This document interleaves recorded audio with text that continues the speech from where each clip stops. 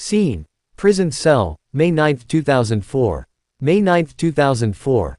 Khulna District Prison, southern Bangladesh. Pause. It is past midnight. A single light bulb flickers inside a small concrete cell. Pause. Outside, guards move quietly. Inside, a man waits for dawn. His name is Irshad Shikhar. In just a few hours, the state will end his life. Pause. But this story does not begin here. Pause. It begins decades earlier, in poverty, in ambition, and in a city where power often belonged to the boldest, not the bravest. Scene shift: the river. The Bairab River runs silently through Khulna. Sound: flowing water. For years, rumors surrounded its dark waters. Whispers of cement sacks. Whispers of bodies. Whispers of a man whose name was spoken carefully, if spoken at all. In cities shaped by trade and survival, power is currency. And fear is often more valuable than money. Pause. Chapter 1: A city of opportunity and desperation.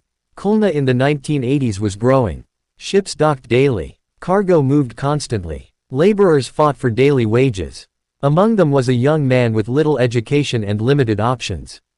He worked as a dock laborer, carrying goods, sweating under the sun, earning just enough to survive. Locals gave him a nickname, Rangachor, the fair-skinned thief. Pause. At first, it was almost a joke. But in places where poverty meets ambition, small reputations can grow quickly. Chapter 2: The first step into crime. Railway scrap began disappearing. Metal parts vanished overnight. Local traders whispered about organized theft. It wasn't random anymore. It was coordinated. Young unemployed men started gathering around one emerging figure. He understood something important: control the docks, and you control the flow of money. Pause. What began as survival slowly became structure. What began as petty theft became organized operation. And what began as a nickname started becoming a warning. Psychological analysis segment. Crime experts often note that local gang leaders don't rise overnight. They build influence through three things. Pause. Access to resources. Loyalty through money. Fear through violence. By the early 1990s, Irshad was mastering all three. But true power was still ahead. Return to prison, foreshadowing. Inside the prison cell, the man sits quietly. Pause. Some reports say he wrote lyrics that night: "I will die, and return to dust." Was it regret? Was it reflection? Or simply the final chapter of a calculated life? Pause. The clock continues ticking. But to understand the fall, we must first witness the rise. Chapter 3: Recruiting the Forgotten.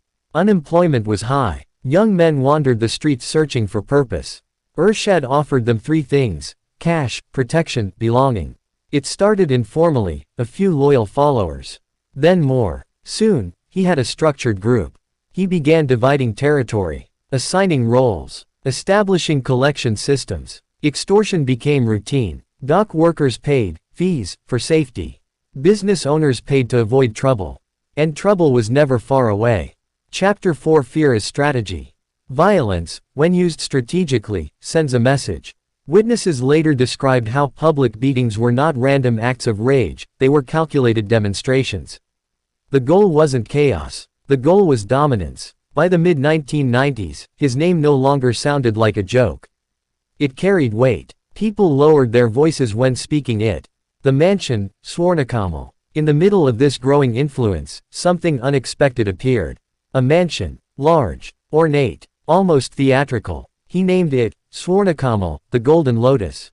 For a former dock worker, it was an extraordinary transformation. To supporters, it symbolized success. To critics, corruption. To the public, power. Architecture often tells the story money cannot hide. The mansion became both fortress and statement. It said, "I have arrived." Pause. Economic control and dual image. Control expanded beyond the docks. Transportation routes, informal toll systems, influence over local contracts. Businesses had a choice: cooperate or confront. Few chose confrontation. But here's where the story becomes complicated. While fear grew among rivals, another image formed among the poor. During religious holidays, food distribution appeared. Cash assistance surfaced in slum areas. Medical bills were sometimes paid. To some residents, he was not a monster. He was a benefactor. Pause. Chapter 5: Entering the Political Arena. By the late 1990s, Ershad understood something critical: muscle controls streets. Politics controls survival. He began aligning himself with political actors. Party affiliations shifted strategically. Each shift strengthened his local security. He ran for public office, commissioner of Ward 21, and won. Now, the former dock laborer wasn't just feared. He was legitimate authority. Publicly a representative, privately a network of influence continued. The line between governance and intimidation blurred. Chapter 6 Allegations intensify. Reports linked him to multiple homicides, enforced disappearances, and organized intimidation. Some victims were allegedly disposed of in the Bairab River, weighted, hidden, forgotten. The ice factory, rumored detention site, a place where rivals were allegedly taken.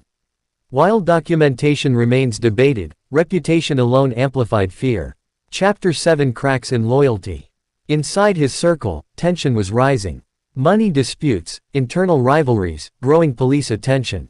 Then, a fracture. Noor Alam, his trusted associate, decided to cooperate with authorities. When an insider speaks, investigations accelerate. What had once been rumor now had structure. What had once been accusation now had testimony. Chapter 8 Arrest and Trial. In 1999, evidence mounted. Media attention intensified. Political protection weakened. Legal risk escalated. Ershad Shikhar was arrested. The streets saw him not as untouchable, but as a defendant.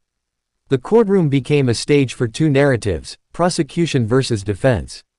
Charges, witnesses, and evidence were meticulously presented. Eventually, the verdict: guilty. Sentence: death. The announcement sent shockwaves. Chapter 9 Final Night in Execution. May 9, 2004. Khulna District Jail. Final preparations underway. Guards followed procedure. Inside the cell, he appeared reflective. Some say he wrote, "I will die, and return to dust."